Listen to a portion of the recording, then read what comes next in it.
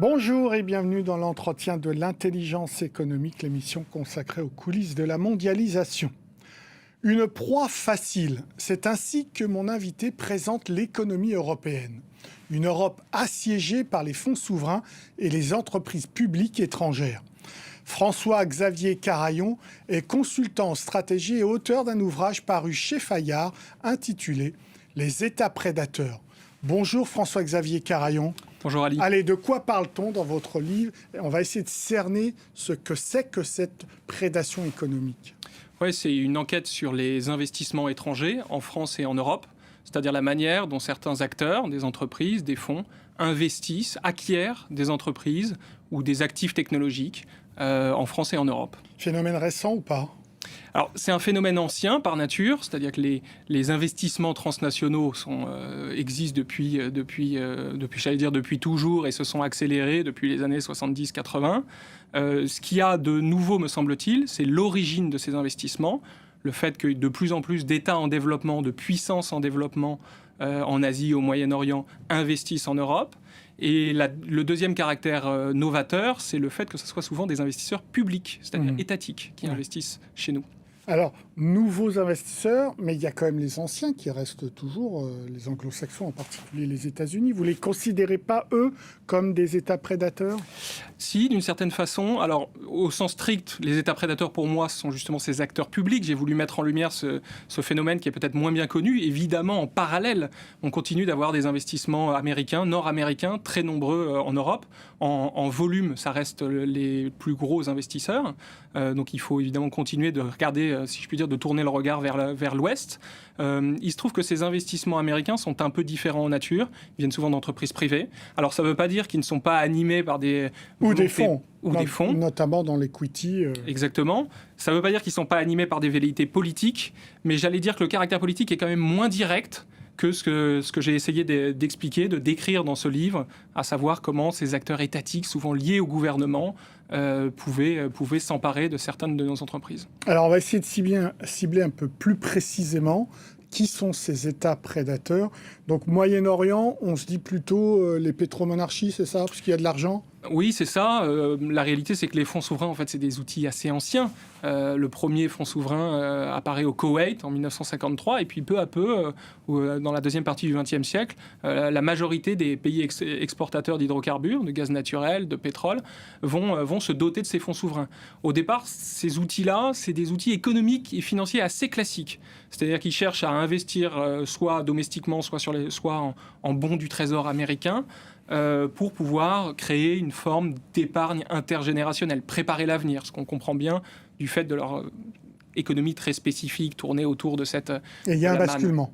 Et puis il y a un basculement qui arrive quand? À partir du début des années 2000, je dirais, où ils commencent à utiliser ces outils-là de façon plus politique. Alors évidemment, c'est par petites touches. Il ne faut pas considérer que ces investisseurs-là soient essentiellement politiques. Ils continuent d'être des outils financiers, les outils qu'ils étaient hier.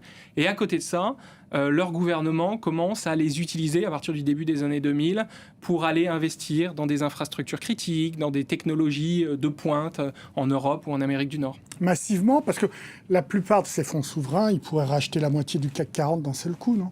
Oui, exactement. Disons que les 10 premiers fonds souverains de la planète détiennent environ entre 400 milliards de dollars et 1300 milliards de dollars. Voilà. Donc ça vous donne un peu la puissance de feu de ces acteurs-là. Alors leur but, c'est pas, ils pourraient pas d'une certaine façon racheter le CAC 40 d'un seul coup, et évidemment les pouvoirs publics français les en empêcheraient. Mais ça veut dire qu'ils sont capables de déployer plusieurs dizaines ou parfois plusieurs centaines de milliards de dollars par an dans des acquisitions internationales. Même configuration d'État en Asie ou pas? Oui, alors si ce n'est que les fonds souverains ont une autre origine. En général, c'est plutôt des excédents commerciaux ou budgétaires qui se sont matérialisés plutôt à la fin des années 90 et qui font que la Chine, par exemple, détient 3 grands fonds souverains, notamment le CIC, qui gère plus de 1300 milliards de dollars. D'autres acteurs dans la région, l'Indonésie Oui, ce que j'ai trouvé très intéressant en fait dans ce travail d'enquête, c'est que les outils qu'utilise la Chine, qui sont sans doute, on en reparlera, mais à mon sens les plus sophistiqués et aussi les plus agressifs, ces outils-là sont en train d'essaimer un peu partout en Asie. Donc le modèle d'État actionnaire conquérant de Pékin est en train de se diffuser. On voit les mêmes outils se développer en Corée du Sud, en Inde, en Malaisie, et même à Singapour, qui est pourtant considéré comme le pays le plus libéral au monde. Alors justement, c'est quoi ces outils ? Alors ces outils, donc c'est les fonds souverains dont on parlait, mais c'est aussi les entreprises publiques. Parce que parallèlement, les entreprises publiques qu'on croyait en déclin depuis les années, vous savez, 80, 90, Margaret Thatcher, etc., dans ces pays-là, y compris en Chine, les vagues de privatisation ont aussi déferlé. C'est-à-dire qu'il ne faut pas croire que le modèle asiatique soit un modèle en retard. Oui. Les vagues de privatisation ont aussi déferlé. Pour autant, comme pour les fonds souverains, ces États en sont revenus. C'est-à-dire qu'au début des années 2000, ils se sont dit l'entreprise publique, ça peut aussi être un outil. Pas simplement un outil pour aller gérer les services publics nationaux de façon domestique, mais ça peut être aussi un outil de conquête internationale, c'est-à-dire pour aller sur les marchés et aller récupérer des actifs, aller prendre le contrôle d'infrastructures. Donc on voit des rachats d'entreprises privées qui redeviennent publiques de la part de ces acteurs et qui partent à la conquête, c'est ça ? Exactement. Et le parallèle est assez intéressant parce que nous, c'est là été l'inverse. Nous, Français européens, on a des entreprises publiques. Du reste, on a encore de jolis vestiges de grandes entreprises internationales. Elles investissent aussi à l'international. Il ne faut pas être caricatural. Donc nous aussi, d'une certaine façon, occidentaux, européens, on a un caractère potentiellement prédateur. Alors il se trouve que les grandes entreprises publiques françaises investissent essentiellement en Europe, en réalité, quand on regarde de près, un petit peu dans le reste du monde, mais assez marginalement en volume. Alors même que les concurrents chinois sont beaucoup plus audacieux, partent dans une conquête beaucoup plus large.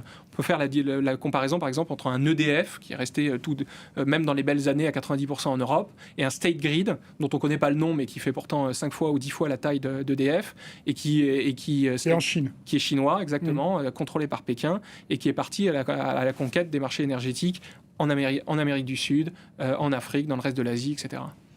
Trop ouvert l'Europe. Il y a eu une prise de conscience depuis un certain nombre d'années, en particulier depuis le Covid. Est-ce que les outils qui ont été mis en place récemment suffisent pour éviter cette prédation ?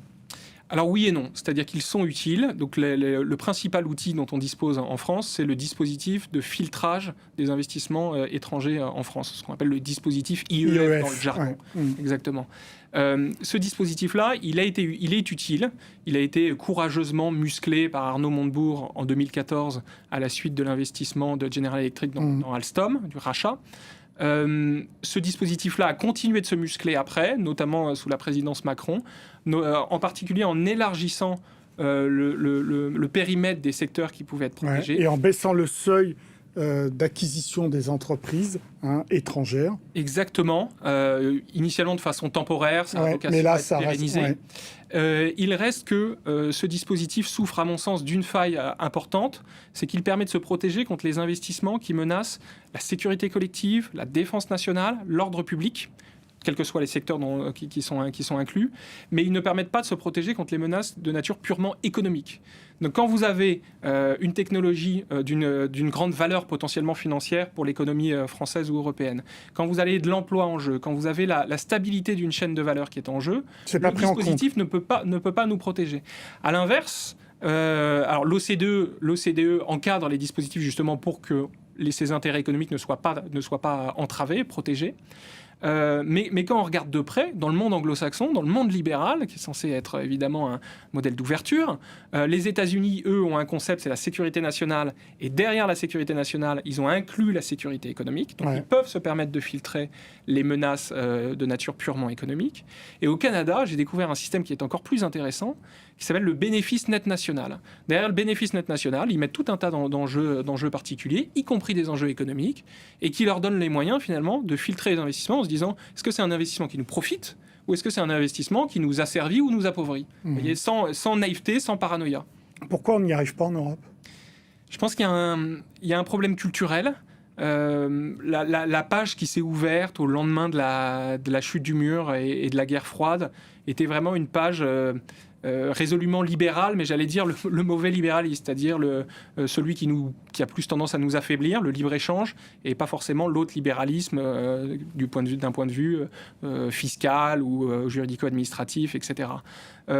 je raconte ça dans le livre, je suis allé reprendre en détail parfois les textes un peu connus, peut-être un peu trop médiatisés, d'Alain Minck, La mondialisation heureuse, Jacques Attali, etc., pour essayer de recomprendre un peu l'odeur de cette époque. C'est-à-dire comment on a pu, à ce point-là, communier dans le marché roi, se dire que l'État allait disparaître, se dire que les échanges internationaux étaient forcément vecteurs de paix et que les États rivaux, les nations rivales, nous voulaient forcément du bien à travers les marchés économiques. Dernière question, réponse rapide, c'est pas un juste retour des choses. Nous, l'Occident, on a été prédateurs sur les ressources des autres pays, en particulier en Afrique.